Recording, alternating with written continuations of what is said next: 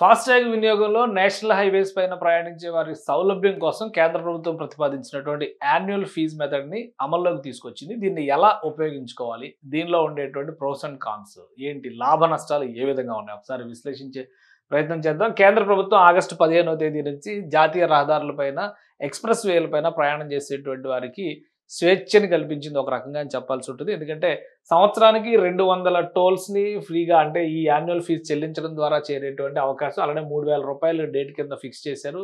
ఇది 1 ఇయర్లో 200 టోల్ గేట్స్ని కనుక వినియోగించి ఉంటే కనుక ఆటోమేటిక్గా ఈ ఫాస్టాగ్ డియాక్టివేట్ అవుతుంది, నార్మల్ ఫాస్టాగ్ కింద పనిచేస్తుంది.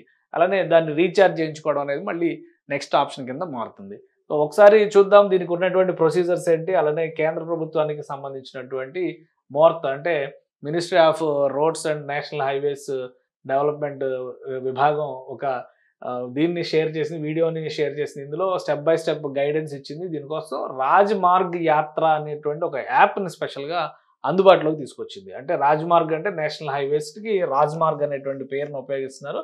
సో రాజ్మార్గ్ యాత్ర ఎన్హెచ్ఏఐ వెబ్సైట్ నుంచి కూడా మనం national highway authority of India website నుంచి కూడా డౌన్లోడ్ చేసుకోవచ్చు. అలానే ఆండ్రాయిడ్కి, ఐఓఎస్కి సపరేట్గా దీనికి సంబంధించినటువంటి లింక్స్ కూడా ఇందులో ఎక్స్లో ట్వీట్ చేసింది.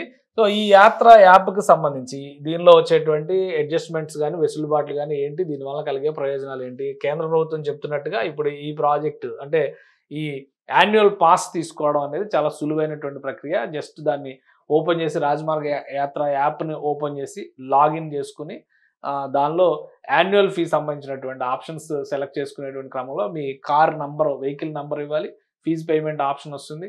దానిలో 3000 రూపాయలు ఫీజు పే చేస్తే ఓటీపీ వెరిఫికేషన్ కంప్లీట్ అయిన తర్వాత ఆటోమేటిక్గా మీ రాజ్మార్గ్ యాత్ర యాప్ యాక్టివేట్ అవుతుంది. సో ఇది యాక్టివేట్ అవడం వల్ల ఏంటంటే 200 టోల్ గేట్ల పైన మీరు రాకపోకలను కొనసాగించవచ్చు. అంటే జాతీయ రహదారుల పైన ఎక్కువగా ప్రయాణాలు చేసేటువంటి వారి సౌలభ్యం కోసం మాత్రమే కేంద్ర ప్రభుత్వం ఈ కొత్త విధానాన్ని తీసుకొచ్చింది, యాన్యువల్ పాస్ విధానాన్ని. దీన్ని ఆగస్టు 15వ తేదీ స్వాతంత్ర దినోత్సవం సందర్భంగా ప్రారంభించింది. కేవలం ఇది ప్రైవేట్ వెహికల్స్కి మాత్రమే, వ్యక్తిగత వాహనాలను వినియోగించేటువంటి వారికి మాత్రమే వర్తిస్తుంది. అలానే కమర్షియల్ పర్పస్లో వాడేటువంటి వాహనాలకు వర్తించదు. ఎల్లో నంబర్ ప్లేట్ ఉన్నవి ఇంక్లూడింగ్ ట్యాక్సీస్తో సహా ఈ యాన్యువల్ పాస్ సిస్టమ్ అనేది వర్తించదు. దీనివల్ల కలిగేటువంటి ప్రయోజనాలు ఏంటంటే సమయం కలిసి వస్తుంది, దీనికి యాక్సెస్ వేస్ సపరేట్గా ఉంటాయి, ప్లస్ ఇమీడియట్గా స్కాన్ అయిపోయి వెళ్ళిపోవడానికి అవకాశం ఉంటుంది. ఖర్చు రూపంలో కూడా కొంత తగ్గుతుంది అనేటువంటి అంచనా వేస్తుంది. ఎందుకంటే వ్యక్తిగతంగా తిరిగేటువంటి వాళ్ళు 2 జిల్లాల మధ్య, 2 ఊళ్ళ మధ్య, లేదా 2 నగరాల మధ్య తిరిగేటువంటి వాళ్ళకి దీనివల్ల అదనపు సౌలభ్యం కలుగుతుందని చెప్పని కేంద్ర ప్రభుత్వం చెప్తుంది. అలానే 3000 రూపాయలతో రీఛార్జ్ చేసినారు. అంటే మీ ఫాస్టాగ్, నార్మల్ ఫాస్టాగ్ని ఉపయోగిస్తూనే దీన్ని యాన్యువల్ ఫాస్టాగ్కి అప్గ్రేడ్ చేసుకుని దానికి 3000 రూపీస్ సపరేట్గా పే చేస్తే కనుక మీ వ్యాలెట్లో ఉండేటువంటి పాత బ్యాలెన్స్ అలానే ఉంటుంది. ఎక్కడైతే ఈ యాప్ పనిచేయని, లేదా ఈ ఫాస్టాగ్ పనిచేయనటువంటి, యాన్యువల్ పాస్ పనిచేయనటువంటి ఎక్స్ప్రెస్ వేలు కానీ, నేషనల్ హైవేస్ కానీ, స్టేట్ హైవేస్ కానీ ఉంటాయో అక్కడ ఆ ఫాస్టాగ్ బ్యాలెన్స్ ఉపయోగిస్తారు. మిగతా చోట్లంతా ఈ ఫాస్టాగ్ బ్యాలెన్సే ఉపయోగిస్తారు. ఒకసారి ఫాస్టాగ్లో 3000 రూపీస్కి సంబంధించిన ట్రావెల్ విషయంలో ఏడాది సమయం గడిచినా, లేదా 200 టోల్ గేట్స్ దాటినా కానీ అది డియాక్టివేట్ అయిపోతుంది. మళ్ళీ దాన్ని రీయాక్టివేట్ చేయించుకోవడం కోసం పేమెంట్ చేసుకోవాల్సినటువంటి అవసరం ఉంటుంది. మిగతా అన్ని అంశాలు కూడా యాజ్ ఇట్ ఈస్గా ప్రస్తుతం అమల్లో ఉన్నటువంటి ఫాస్టాగ్లో ఎలాంటి కండిషన్స్ ఉన్నాయో అవే వర్తిస్తాయి.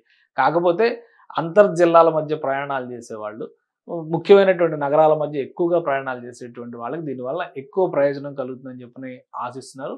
అలానే ఈ ఫాస్టాగ్ని, అంటే యాన్యువల్ పాస్ని ఓపెన్ చేసిన వెంటనే దాదాపు 1.5 మిలియన్ల 15 లక్షల మంది మొదటి రోజే రిజిస్టర్ చేసుకున్నారని చెప్పని జాతీయ రహదారుల విభాగం మంత్రిత్వ శాఖ అనౌన్స్ చేసింది. కాబట్టి మంచి రెస్పాన్స్ వస్తుంది. దేశవ్యాప్తంగా వెహికల్స్, వ్యక్తిగత వాహనాలు ఉపయోగించే వాళ్ళు, ఆఫీస్ పర్పస్ లేదా అఫీషియల్ పర్పస్లో వాహనాలు ఉపయోగించే వాళ్ళ కారు నంబర్లకు సంబంధించి ఈ యాన్యువల్ పాస్ని తీసుకునేటువంటి అవకాశం, సౌలభ్యం మరింత ఎక్కువగా ఉండే అవకాశం ఉంటుందని చెప్పని కేంద్రం అంచనా వేస్తుంది. సో జియో ట్యాగింగ్ అనేటువంటి ఒక ప్రతిపాదన కూడా గతంలో చేశారు. కానీ ఆ ప్రాసెస్ వచ్చేలోపు మధ్యలో ఈ యాన్యువల్ పాస్ సిస్టమ్ని కేంద్ర ప్రభుత్వం తీసుకొచ్చింది. దీనివల్ల ఎలాంటి ప్రయోజనాలు జరుగుతాయి, టెక్నికల్గా ఏమైనా సమస్యలు వస్తాయా వినియోగంలో అనేది ఇంకా వేచి చూడాలి. సుమన్ టీవీలో మీ పర్సనల్ అండ్ బిజినెస్ ప్రమోషన్స్ కోసం కింది నెంబర్కి కాంటాక్ట్ చేయండి.